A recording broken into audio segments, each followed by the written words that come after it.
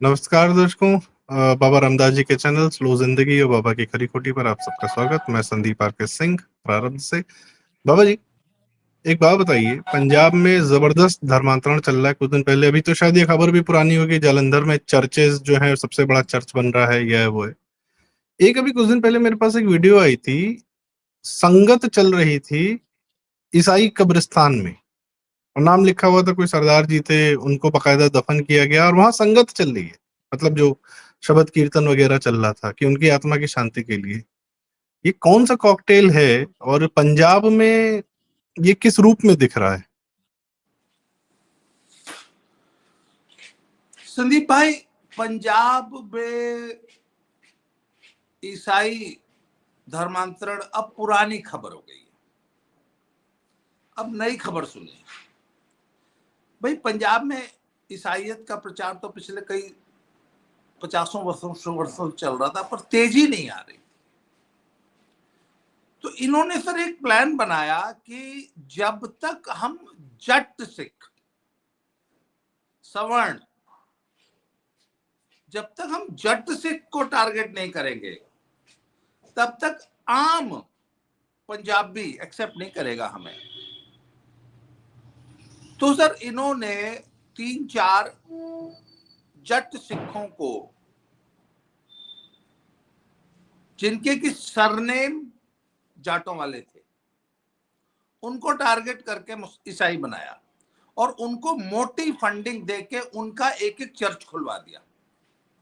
अब सर बात यह है कि अगर आपके पास 10, 20, 50, 100 करोड़ की फंडिंग आ जाए और आपका एक पंजाब में एक बड़ा चर्च बन जाए, और फिर जब आप उसका प्रचार करते हैं तो एक तो आपकी विजिबिलिटी बढ़ जाती है, आपको ज्यादा बेहतर सुना जाता है, आपके फॉलोअर्स। और चूंकि भाई आप सवर्ण है ना सर, पिछले 10 सालों में जट सिखों का धर्मांतरण बहुत तेजी से हुआ है। अभी एक लेटेस्ट ट्रेंड, एक सर्वे हुआ है और उसमें यह पाया गया कि बच्चों पे, एक ऐसे ही रैंडम सर्वे, और कोई ऑफिशियल नहीं है, रैंडम, तो उसमें बताने वाले ने हमको ये बताया कि साहब क्लास में बच्चों को ऐसे ही बातों बातों में पूछा गया कौन कौन चर्च जाते हैं। तो जिन बच्चों ने हाथ खड़ा किया उसमें 90% वो सिक्खी स्वरूप वाले बच्चे थे, जिन्होंने जूड़े रखे हुए थे, जो पग बांधते थे या जो पटका बांधते मतलब हैं। हम अगर विजुअल बेसिस पे देखें तो बच्चे पूरी तरह सिख दिखेंगे, सिख ही माने अभी जाएंगे। भी वो सिख है, सिख स्वरूप में रहते हैं, परंतु उनके पेरेंट्स ने चर्च जाना शुरू कर दिया। अच्छा, एक और बहुत बड़ा कारण है सर। मैंने कल, हम लोग एक जगह बैठे थे, हम लोग डिस्कस कर रहे थे, उन्होंने कहा कि ये चर्चेस जो है ना, बाहर का वीजा देने का वादा कर रही है। दो प्रॉमिसेस है इनके। इनके जो स्कूल्स हैं, एक तो हमारे समाज में ऐसी एक धारणा बनी हुई है कि जो क्रिश्चियन स्कूल्स है या कॉन्वेंट स्कूल्स है उनमें पढ़ाई अच्छी होती है, नंबर 1। नंबर 2, हमारे जो हिंदुओं के या जो और जो प्राइवेट स्कूल है उनकी तुलना में इनकी फीस 1/4 होती है। अगर किसी एक बड़े पब्लिक स्कूल की फीस 4,000 रुपए है तो इनके स्कूल की फीस 1,000 रुपए होगी, पर उसमें एडमिशन नहीं मिलता, बड़ी मुश्किल से एडमिशन होता है। तो सर ये इनका मोडस ऑपरेंडी क्या है कि ये छोटी क्लासेस में तो पूरा का पूरा एडमिशन ही इन्होंने उनके लिए रिजर्व कर दिया है। ये अघोषित पॉलिसी है, पर ऐसा कोई, पर अगर कोई उसमें झांक के देखे तो पता चला उन्हीं बच्चों को एडमिशन मिल रहा है जो, ये सीधी बात ये हुई कि डिस्काउंट पे एजुकेशन दे रहे हैं, 25% हाँ, डिस्काउंट पर। और लेकिन शर्त यह है कि अंदर आओगे तो ईसाई के कार्ड होना चाहिए और फिर चर्च हाँ। जाना पड़ेगा बेटा। नंबर 2, अस्पताल, इनके हॉस्पिटल सस्ते हैं तो फ्री इलाज। उसके बाद वीजा, स्पेशली जर्मनी का वीजा, इटली का वीजा। तो सर अब वीजा से बड़ा अट्रैक्शन तो पंजाबी के लिए कुछ हो नहीं सकता। मैं आपको बताऊं, आप, हाँ, हमारे घर से थोड़ी दूर एक ना रोड साइड एक एनक्रोचमेंट करके एक वो मजार सी बन गई जिसमें हिंदू मुसलमान दोनों जाते हैं। हमारे यहाँ एक लोकल बाबा है, वो उनको सब मानते हैं। तो वो होती हरे रंग की है, बाबा हिंदू था, दलित था। मजार हरे रंग की है, वहां पे चद्दर वैसे ही चढ़ रही है, मतलब इट इज अ कॉकटेल। उस मजार पर आपको 100, 200, 300 की संख्या में हवाई जहाज प्लास्टिक के चढ़ावे में वो मन्नतें मांग के लोगों ने चढ़ा रखे हैं। जैसे हमारे यहाँ कई जगह जो है वो घंटियां नहीं मंदिरों में बंधी हुई मिलती है। हमारे मंदिरों में घंटी लोग घंट घड़ियाल चढ़ाते हैं। यहाँ पे मन्नत मांगते हैं प्लास्टिक का हवाई जहाज चढ़ा के, अर्थात यार अब्बा सानू वीजा दवा दे। सर गुरुद्वारों को अंत में मना करना पड़ा कि भैया ये प्लास्टिक का हवाई जहाज लेके हमारे गुरुद्वारे में मत आओ, ये मत चढ़ाओ, ये it is a type of idol worship. तो जब गुरुद्वारों ने वो प्लास्टिक के जहाज एक्सेप्ट करने मना कर दिए,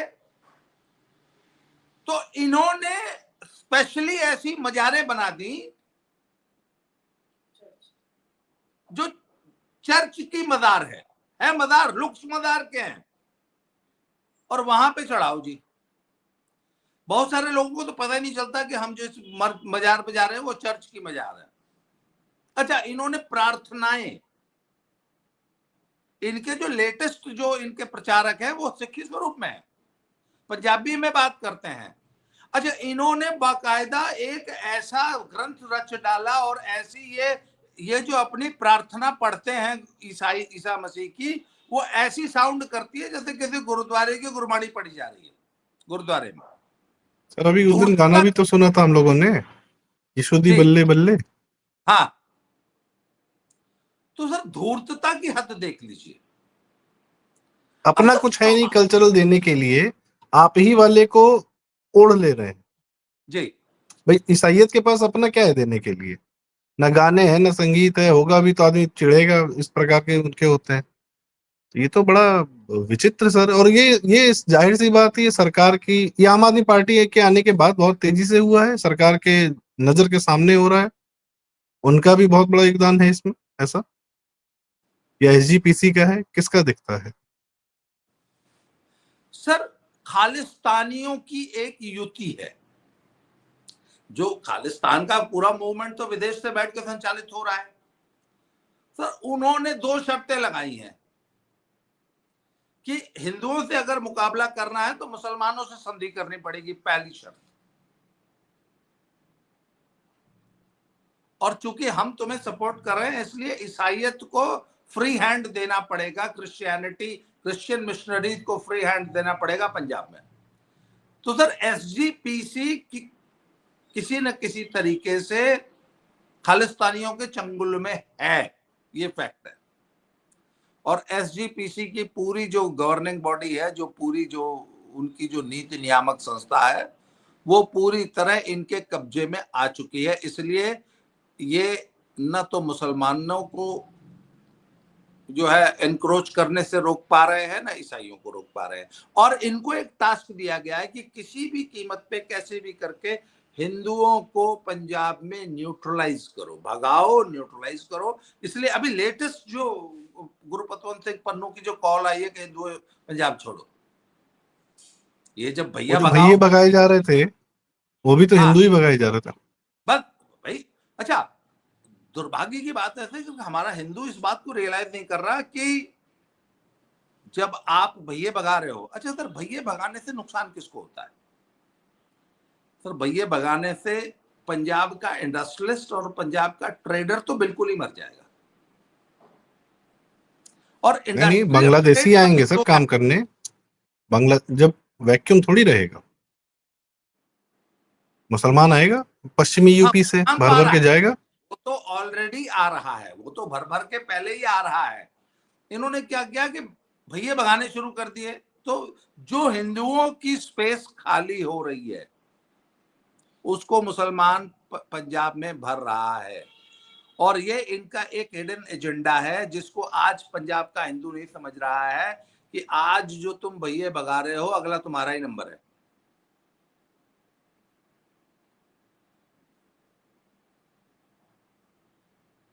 अच्छा, अब सवाल सर ये होता है संदीप भाई, सबसे इंपॉर्टेंट, कि सिक्खी मात्र 200-300-400 सालों में इतनी कमजोर कैसे हो गई? सर बात यह ना कि सिक्खी एसजीपीसी की पूरी ऊर्जा लगती है अपने हिंदुत्व की जो जड़ें हैं उनसे कटने काटने में। उनका सारा फोकस इस बात पे है कि सिखों को यह समझाया जाए कि वो एक वखरी कौम है, उनका हिंदुत्व से कोई मतलब नहीं है, उनका हिंदुत्व से कोई लेना देना नहीं है, दे आर नॉट हिंदूज। तो वो क्या जी। बाबा जी एक बात बताइए, एसजीपी जैसे आपने बताया कि अभी आज के समय में अब एक नई चीज आ गई है कि सिख जो है वो अपने पूरे स्वरूप में ईसाइयत का प्रचार कर रहे हैं। ये बाहर तो तब आए होंगे जब पहले इन्होंने अपना काम कर लिया। कई सारे सिख ऐसे रहे होंगे जो पूरी तरह ईसाई रहे होंगे पर दिखाते नहीं होंगे, और उन्होंने पूरी ये जमीन मजबूत कर दी। तब कुछ लोग अब सामने दिखना शुरू हो रहे हैं। और ये क्यों ना माना जाए कि एसजीपीसी पहले से ईसाई हो रखी है, क्योंकि काम तो वो ईसाई एजेंडा का ही कर रही है। जो आपने कहा हिंदू धर्म से कटने का प्रयास कर रही है, खालिस्तानियों को प्रमोट कर रही है, या गुरुद्वारों में प्लेन्स एक्सेप्ट कर रही है, या जो भी कर रही है इस प्रकार से, ये क्या ईसाइयत के चंगुल में नहीं आ चुकी है? सर ये देखिए, ये चंगुल में आए चाहे ना आए, दे हैव सरेंडर्ड। और इनको एक बात समझा दी गई है कि भैया मुसलमान और ईसाई तुम्हारे शत्रु नहीं है, तुम्हारे शत्रु हैं हिंदू। इसलिए सिक्खी को हिंदुओं से बचाना ज्यादा जरूरी है, मुसलमानों से और ईसाई से तो हम देख लेंगे। ये बात इनको समझाई गई और इन्होंने इस मामले में सरेंडर कर दिया है। अब आप देखिए ना कि एसजीपीसी पूरी सिख कम्युनिटी को सिर्फ एक बात समझा रही है कि तुमने हिंदुत्व से बच के रहना है, ईसाइयों से बच के रहना है, ये समझा ही नहीं पा रही, या उसको समझाने की जरूरत नहीं है, या they have made a compromise at the top level कि नहीं ईसाइयों को तो फ्री हैंड देना पड़ेगा। अच्छा एक चीज और बताऊं आपको, आज तक इनकी गुंडागर्दी के सामने हिंदू सरेंडर कर देता था। खालिस्तानियों की गुंडागर्दी के सामने पंजाब में हिंदू सरेंडर कर देता था। ये जो नए नए नए ईसाई बने हैं ना, ये एकदम सर चढ़ बैठते हैं, दे आर वेरी एग्रेसिव। ये आक्रामक होकर इनके ऊपर चढ़ बैठते हैं। एक दो बार गलती से इन लोगों ने इनको छूने की कोशिश की थी, पर चढ़ बैठे थे, लेने के देने पड़ गए थे, जान बचा के भागे थे। आज की तारीख में इन किसने रोकने की कोशिश की थी और कौन किस पर चढ़ बैठा था? इन्होंने, जैसे वो डिब्रूगढ़ वाले जो छोटे संत जी हैं, उन्होंने एक दो टिप्पणियां कर दी इन न्यू क्रिश्चियंस पे कि हम इनको प्रचार नहीं करने देंगे या हालेलुया वाली चंगाई सभा नहीं करने देंगे। सर वो चढ़ बैठे, वो हथियार लेके, ईंट पत्थर लेके चढ़ बैठे और इनको भागना पड़ा वहां से। ये इनकी एक चंगाई सभा का विरोध करने करीब 20-25-30 लोग पहुंच गए थे कृपाने लेके, तो उन्होंने दौड़ा लिया, ये भाग गए। उसके बाद आज तक आप इनकी हिम्मत पड़ी कि किसी भी क्रिश्चियन गैदरिंग पर सर आप कोई ये कह रहे हैं कि खालिस्तानी सिख जो बहुत ज्यादा एग्रेसिव रहता है वो ईसाइयों से क्यों कह रहा था कि तुमको हम तुम्हारा काम नहीं करने देंगे, तो जो हाँ नए जी ईसाई सिख हैं वो खालिस्तानी सिखों पर चढ़ बैठे? जी, वाह। चढ़ बैठे और दौड़ा दिया, वहां से भगा दिया, हमला किया उन पे पत्थरों से और लाठी डंडों से, और इनको भागना पड़ा वहां से क्योंकि उनकी संख्या ज्यादा थी, ये संख्या में कम थे। इसके बाद दे, ये बात 3 साल 3.5 साल पुरानी हो चुकी है, 4 साल। उसके बाद इन्होंने कभी भी हिम्मत नहीं की कि किसी ईसाई सभा पर कोई टिप्पणी तक कर दें, बोल तक दें। बोलने तक की हिम्मत नहीं की। सर इस हिसाब से तो केजरीवाल अगली बार पक्का मुख्यमंत्री बन जाएगा पंजाब का। भाई वो भी ईसाई ही है, उसके कार्यकाल में यदि ईसाइयत बढ़ रही है और वो अमेरिका से फंडेड होके आया है, तो खालिस्तान तो सिर्फ एक टूल रहे, मतलब खालिस्तान भी एक टूल है, मींस तो है, सॉरी एंड तो है नहीं, एंड तो ईसाइयत का कब्जा होना है। नहीं सर, पर एक बात है, ईसाइयों का वोट मेरे हिसाब से पूरा कांग्रेस को मिलेगा, क्योंकि सर देखिए, और हाँ जाहिर सी बात है सर, राहुल से बड़ा तो ईसाई थोड़ी होगा केजरीवाल। हाँ राहुल से बड़ा राहुल कस्टोडियन वोट ओरिजिनल है। ब्लड है, ब्लू ब्लड है। हाँ सर, और वो उसको सीधे वेटिकन से आशीर्वाद प्राप्त है ना माँ बेटे को। तो सर पंजाब के ईसाई वोट सब कांग्रेस को देंगे, इसमें कहीं से कोई संशय नहीं है।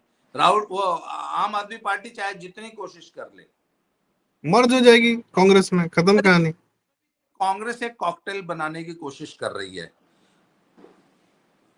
Channi is a crypto Christian plus he is a Dalit, तो दलितों के बीच में उसको एज अ दलित प्रेजेंट करती है कांग्रेस, और क्रिश्चियंस के बीच में as a crypto Christian present करती है। अच्छा मुझे एक बात बताइए, जैसे हम लोग हमेशा डिस्कस करते हैं कि बिहार में चन्नी को बुलाने का क्या मतलब, वोट बचाओ रैली, वोट अधिकार रैली में चन्नी को बुलाने का क्या मतलब, चन्नी के ऐसे कौन से फॉलोअर हैं बिहार में जो चन्नी उनको वोट दिला देगा, आप मुझे बताइए। तो सर बात यह है कि चन्नी को स्वीकार्यता दिलाई जा रही है, उसको नेशनल मंचों पे राहुल गांधी प्रमोट कर रहे हैं, पर उसमें एक चैलेंज ये आ रहा है इनको कि पंजाब के जो जट सिख हैं उनको भी हरियाणा के और जाटों और यूपी के यादवों की तरह एक गलतफहमी है कि सत्ता का अधिकार तो सिर्फ उनको प्राप्त है। पंजाब में मुख्यमंत्री सिर्फ दो ही लोग, दो क्वालिफिकेशन होनी बहुत जरूरी है, नंबर 1 सिख होना चाहिए, नंबर 2 जट होना चाहिए। ये नहीं जट नहीं, सिख नंबर 3 सर एक और है, पियक्कड़ होना चाहिए। नहीं सर, पियक्कड़ होना तो अरे सर, वो अमरिंदर सिंह जी पियक्कड़, नहीं, भगवंत वो मान पियक्कड़। तो सर पियक्कड़ नहीं, पंजाब में तो दारू की तो बात आप छोड़ दीजिए, अब तो अफीम की जो स्वीकार्यता है वो पानी से भी ज्यादा है। बाकायदा पंजाब में अफीम बोलो, अफीम को बैन करके पंजाब के साथ एक षड्यंत्र किया गया है और अफीम को तुरंत जो है लीगलाइज किया जाए। अफीम ईसाई होते ही पहली पुड़िया अफीम की ही दी जाती है क्या? सर जो भी है, पर राहुल जी जो है वो उनके नेतृत्व में ये सब चल रहा है, और अरे कोलंबिया से आ रही होगी सर। वोट, ईसाई वोट राहुल जी को मिलेगा, इसमें कोई दो राय नहीं है। कोलंबिया से ऐसी यही ड्रग ट्रेड ही करने गए होंगे शायद। जो भी है सर, पर वो ईसाइयत का जो, अच्छा सर पिछले करीब 10 सालों में जितनी तेजी से ईसाई जनसंख्या बढ़ी है, कुछ लोग तो यहां तक बोल रहे हैं कि ये अंदर ही अंदर 20-25% से भी ऊपर चली गई। अब तक 1 या 2% की गलतफहमी थी लोगों को, पर लोग बता रहे हैं कि नहीं, अभी बहुत सारे लोगों ने कॉलम में क्रिश्चियन लिखना शुरू नहीं किया है। वो एक तो वो आरक्षण वाला भी एक चक्कर है, एक वो एक बहुत बड़ा एक हिंड्रेंस है कि आरक्षण, अगर अगर आप आरक्षण लेना चाहते हैं तो आपको हिंदू सिख होना जरूरी है। ईसाई लिख देंगे तो आपको आरक्षण का लाभ नहीं मिलेगा। तो जो जो ओबीसी और ईबीसी और दलित वर्ग है वो लाभ नहीं छोड़ना चाहता, इसलिए अभी वो कॉलम में, जनसंख्या के कॉलम में भी और उसमें भी, और अपने पेपर्स में वो खुद को क्रिश्चियन डिक्लेयर नहीं कर रहा है, इसलिए एग्जैक्ट फिगर ऑफिशियल नहीं निकल के आ रही है, आएगी भी नहीं इतनी जल्दी, पर सर वो संख्या तो वाकई 20-25-30% भी क्रॉस कर सकती है। ये बड़ा भयावह है सुनना, बहुत डरावना है, भविष्य कोई बहुत अच्छा नहीं दिख रहा अगर यह प्रक्रिया चलती रही तो। अब पता नहीं, मैं प्रयास करूंगा आपसे, क्योंकि ये चर्चा थोड़ी लंबी हो जाएगी, कि आगे किसी एक वीडियो में आपसे जरूर ये मैं जानना चाहूंगा बाबा जी कि ये भाजपा सरकार जो अपनी केंद्र की है, यह लगातार सिखों को पूरा मान सम्मान इज्जत सब कुछ दे रही है, और जानकारी में भी होगा जो आप कह रहे हैं वो 100% होगा, तो क्या ये कि ऐसा फ्रंट है जो अभी नहीं खोलना चाह रहे, या किस तरीके से इसका इलाज करेंगे, या इस पर इनकी क्या प्रतिक्रिया होगी, या क्या काउंटर हो सकता है इनके पूरे इस प्रोसेस का? क्योंकि सरकार आपकी है लेकिन सिस्टम तो क्रिश्चियनों का ही चल रहा है। अब कहाँ पे ये युद्ध हो चल रहा है, कैसे इसको कंटेन किया जाएगा, ये एक अलग मुझे सर, लगता है चर्चा का विषय है। जी sir, closing Punjab comment sir. Punjab एक ऐसी लाइलाज बीमारी बन चुका है जिसका हल सिर्फ योगी जी जैसा कोई चीफ मिनिस्टर ही कर सकता है। जब तक योगी जैसा कोई व्यक्ति पंजाब में चीफ मिनिस्टर नहीं बनेगा, तब तक इस बीमारी का कोई हल नहीं। ठीक, देखते हैं पंजाब को उनका योगी कब मिलता है, और क्योंकि उनके जो अपने थे वह तो योगी भोगी हो गए, और पंजाब को एक ऐसी राह पर लेके जा चुके हैं। भाई उनके अपने सिक्खी स्वरूप के जितने धर्म गुरु थे वो लोग तो आपको बता रहे हैं कि सबको ईसाइयत के राह पर लेके जा रहे हैं, हवाई जहाज में बिठा रहे हैं, पानी के जहाज में भी बिठा रहे होंगे, डंकी रूट वगैरह लगाते ही हैं। खैर, देखते हैं। तो दर्शकों, इसके साथ आज की चर्चा का समापन करते हैं। बात सुनकर डर ही लगता है ऐसी बातों को सुनकर, ऐसी जानकारियों को देखकर, पर बाबा जी का बहुत बहुत साधुवाद कि वो लगातार समाज को देखते रहते हैं, समझते रहते हैं, और जो घटनाएं मेन स्ट्रीम मीडिया कभी डिस्कस नहीं करता है वह हमारे आपके सामने लाके रखते रहते हैं जमीन से। बाबा जी बहुत बहुत धन्यवाद आपका। और जय इसी श्री के राम। साथ कृपया वीडियो लाइक करें, शेयर करें, चैनल जरूर सब्सक्राइब करें। स्लो जिंदगी और बाबा की खरी खोटी। जय Shri Ram. Thank you very much.